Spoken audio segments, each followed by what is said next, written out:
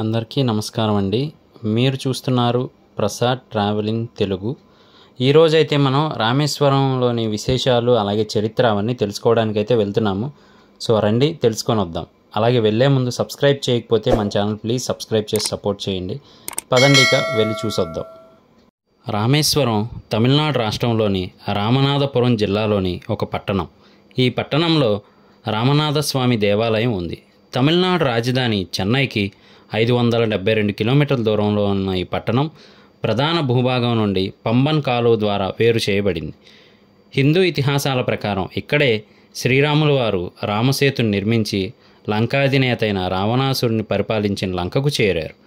ఇక్కడ రాముడు నిర్మించిన సేతువుని రామసేతు అని పిలుస్తారు. రామేశ్వరం శైవులకు విష్ణువులకు అత్యంత పవిత్ర స్థలం. రామేశ్వరం తీర్థస్థలమే కాక ఇక్కడ ఉన్న బీచ్ల వల్ల పర్యాటక స్థలంగా కూడా ప్రాముఖ్యత సంపాదించుకుంది.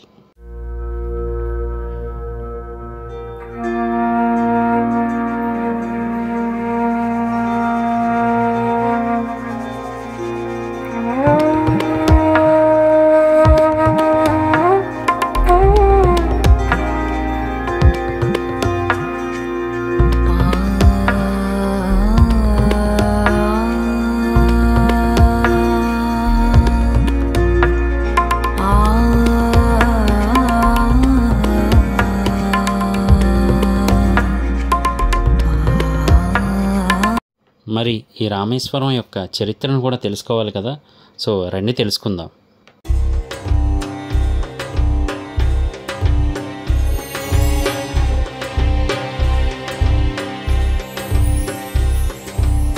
భారతీయుల్లో హిందువులు అనేక మంది కాశీయాత్ర రామేశ్వరం చూసిన తర్వాత కానీ పూర్తి కాదని విశ్వసిస్తున్నారు.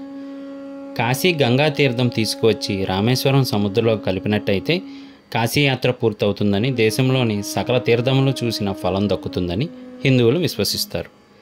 ఇక్కడ ప్రధాన దైవం రామనాథ స్వామి. గర్భాలయాన్ని 10వ శతాబ్దంలో శ్రీలంక చక్రవర్తి పరాక్రమ్ బాహు నిర్మించారు. భారతీయ నిర్మాణ కళా వైభవాన్ని చాటి చెప్పే కట్టడాల్లో ఒకటే అయిన ఈ ఆలయ లోపలి నడిచే దారి దేశంలో అతి పెద్దదని సగర్వంగా చెప్పుకుంటున్నారు. 12వ శతాబ్దం నుండి ఈ ఆలయ నిర్మాణం వివిధ రాజులు నిర్మించారు. ఆలయంలోని పెద్ద పెద్ద భాగమైన నడవ లేక గర్భగుడి తరువాత ఉన్న ప్రాకారం 1219 అడుగుల 3.6 మీటర్ల ఎత్తైన వైభవంగా అలంకరించబడి తగిన విధంగా స్థాపించబడిన స్తంభాలతో నిర్మించిన నిర్మాణం. ఈ నిర్మాణం అడ్డంకులు లేని 230 మీటర్ల పొడవు ఉంటుంది. శ్రీరామచంద్రుల వారు నిర్మించిన వంతెన ఉన్న ప్రదేశాన్ని సేతుకరై సేతు తీరం అంటారు. రామాయణంలో వర్ణించబడిన ఈ సేతువును రామేశ్వరం సమీపంలో ఉన్న ధనుష్కోడ్ నుంచి శ్రీలంకలో ఉన్న తలైమన్నార్ వరకు నిర్మించబడి ఉందని పురాణ కథలు వర్ణిస్తూ ఉంటాయి. మరి ఇప్పటి వరకు చరిత్ర గురించి కూడా తెలుసుకున్నాం కదా. మరి ఈ దేవాలయం గురించి కూడా తెలుసుకోవాలి కదా. రండి.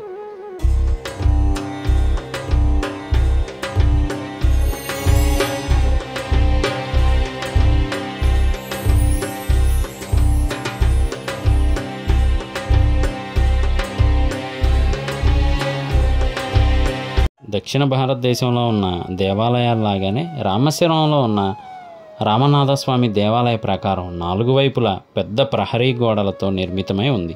తూర్పు నుండి పశ్చిమ ప్రాకార గోడల మధ్య దూరం 865 అడుగులు, దక్షిణం నుండి ఉత్తర ప్రాకార గోడల మధ్య దూరం 657 అడుగులు. దేవాలయానికి 4 దిక్కుల పెద్ద పెద్ద గాలి గోపురాలు ఉన్నాయి. అంతేకాక ఇక్కడ ఉన్నది జ్యోతిర్లింగం అండి. శివపురాణం ప్రకారం పూర్వం బ్రహ్మ విష్ణువులు తమలో తాము నేను గొప్ప అంటే నేను గొప్ప అని వాదించుకున్నారు. ఈ వాదులాట కాస్త వివాదంగా మారింది. దాంతో పరమేశ్వరుడే స్వయంగా రంగంలోకి దిగాలనుకున్నారు. ఈశ్వర సంకల్పంతో ఒక పెద్ద జ్యోతిర్లింగం బ్రహ్మ విష్ణువుల మధ్య వెలిసింది. బ్రహ్మ విష్ణువులు ఇద్దరు లింగాన్ని సమీపించారు. అప్పటి వరకు వారి మధ్య ఉన్న ఆధిపత్య పోరు తాత్కాలికంగా సద్దుమణిగింది. ఆ మహాలింగం మొదలు తుది తెలుసుకోవాలన్న ఆసక్తి వారిద్దరికీ కలిగింది. బ్రహ్మ హంసరూపం ధరించి లింగం అగ్రభాగాన్ని చూడడానికి, విష్ణు వరాహ రూపంలో ఆదిని కనుక్కోవడానికి బయలుదేరారు. బ్రహ్మ ఎంతకు లింగం అగ్రభాగాన్ని కానీ మొదలు కానీ కనిపించలేదు. ఇంతలో లింగం పక్క నుంచి ఒక కేతక పుష్పం జారి కిందకు రావడం చూసి బ్రహ్మదాన్ని ఆపి తనకు బ్రహ్మకు విష్ణువుకు నడుమ జరిగిన వివాదాన్ని వివరించి సాయం చేయమని అడిగాడు. ఆవు కనబడితే అదే విధంగా చెప్పి ఆ లింగం అగ్రభాగాన్ని చూసినట్లుగా విష్ణువుతో చెప్పేటప్పుడు అది నిజమేనని సాక్ష్యం ఇమ్మని ప్రాధేయపడ్డాడు. సాక్షాత్తు సృష్టికర్తయే తనని బతిమలాడేసరికి కాదనలేక సరేనంటాడు. రెండూ కిందకు దిగి వచ్చేసరికి విష్ణువు తాను లింగం మొదలు చూడలేకపోయానని ఒప్పుకున్నాడు. బ్రహ్మ తాను లింగం అగ్రభాగాన్ని చూశానని, కావాలంటే ఆవుని మొగలి పువ్వుని అడగమని చెప్పాడు. నిజమే అంది మొగలి పువ్వు. బ్రహ్మదేవుడి మాటను కాదనలేక ఆయన లింగం అగ్రభాగాన్ని చూశాడని ఆవు తలతో చెబుతుంది, కానీ అసత్యం చెప్పడానికి ఇష్టం లేక తోకతో చూడలేదు అని చెబుతుంది. బ్రహ్మదేవుని అసత్య ప్రచారాన్ని చూడలేక ఈశ్వరుడు ప్రత్యక్షమయ్యాడు. బ్రహ్మదేవుడు అబద్ధం చెప్పిన కారణం భూలోకంలో ఎచ్చటా పూజలు అందుకోవడానికి అర్హత లేకుండా శాపం ఇచ్చాడు. విష్ణువుకు ప్రజలు నిరంతరం కొలిచేటట్లు వరమొసిగాడు. శివుడు ఏర్పరిచిన జ్యోతిర్లింగం అనంతమైనది. దాని నుండి వెలువడిన కిరణాలు పడిన ప్రదేశాలు 12 జ్యోతిర్లింగాలు అయినాయి. సాధారణంగా జ్యోతిర్లింగాలు 64, కానీ వాటిలో 12 మాత్రం అత్యంత ప్రసిద్ధమైనవిగా భావించబడతాయి. ఈ 12 జ్యోతిర్లింగాల్లో ప్రతీదీ అచ్చటగల ప్రధాన దైవం పేరుతో ఉంటాయి. ప్రతీదీ ప్రత్యేకతను సంతరించుకుంటాయి. ఈ జ్యోతిర్లింగాలన్నింటిలో ప్రధానమైన దైవం లింగం. ఇది అనంతమైన జ్యోతిర్లింగ స్తంభంగా భావించబడుతుంది. ఇది అనంతమైన శివతత్వానికి నిదర్శనం.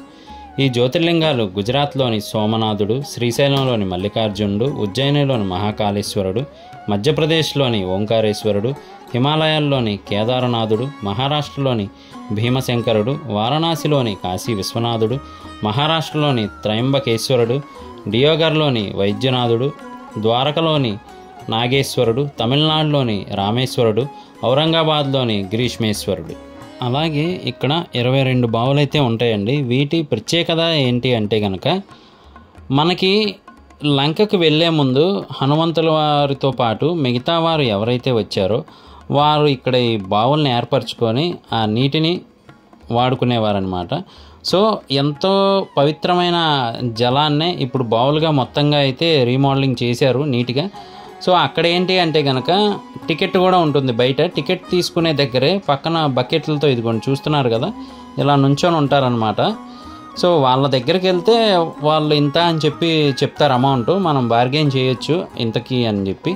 దానివల్ల ఏంటి అంటే నార్మల్గా అయితే ఒక బకెట్ వాటర్ తీసి ఎంతమంది వస్తే అంతమంది మీద కొంచెం కొంచెం జల్లుతారు. కానీ మనం తీసుకెళ్ళిన పర్సన్ ఎవరైతే ఉన్నారో బేరం ఆడి, అతను డైరెక్ట్గా బకెట్ తీసి ఫుల్ బకెట్ అయితే మనం ఏదో వేస్తారనమాట. సో అంత దూరం వెళ్ళిన తర్వాత అట్లీస్ట్ ఆ పుణ్యతీర్థాల్లో స్నానం కూడా చేయకుండా లైట్గా అంటే ఇబ్బంది పడుతూ ఉంటారు కొంతమంది.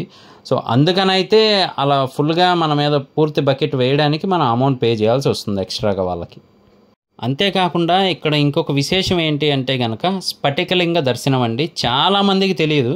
రామేశ్వరం వెళ్ళే వాళ్ళల్లో దాదాపు 80 to 90% తెలియదు అనమాట. విషయం ఏంటి అంటే స్ఫటికలింగం అని ఉంటుంది. పొద్దున్నే తెల్లవారుజామున 5-5:30 కల్లా క్లోజ్ చేసేస్తారు ఆ దర్శనం. మళ్ళీ జ్యోతిర్లింగ దర్శనం మాత్రమే ఉంటుంది. సో ఆ స్ఫటికలింగ దర్శనం యొక్క ప్రాధాన్యత ఏంటి అంటే ఏదైనా నెగిటివిటీ కానీ బ్యాడ్ థాట్స్ కానీ అవన్నీ మొత్తంగా ఆకర్షించి మంచిగా అంతా కూడా జరిగేలా చేస్తుంది అని చెప్పి అయితే చాలామంది నమ్మకం. ఇంకా ఈ వీడియో కంటిన్యూ చేయొచ్చండి, కాకపోతే లెంత్ పెరిగిపోతుంది. అందుకని ఈ వీడియో ఇక్కడితో ఆపేయాల్సి వస్తుంది. నెక్స్ట్ వచ్చే వీడియోలో మనకి ఆ రావణాసురుడి భక్తులు ఎవరైతే ఉన్నారో అక్కడికి వెళ్ళామన్నమాట. సో అసలు ఆ విశేషం ఏంటి, అలాగే ఇంకా ఈ రామేశ్వరంలో ఉన్న కొన్ని విశేషాలన్నీ మాట్లాడుకుందాం.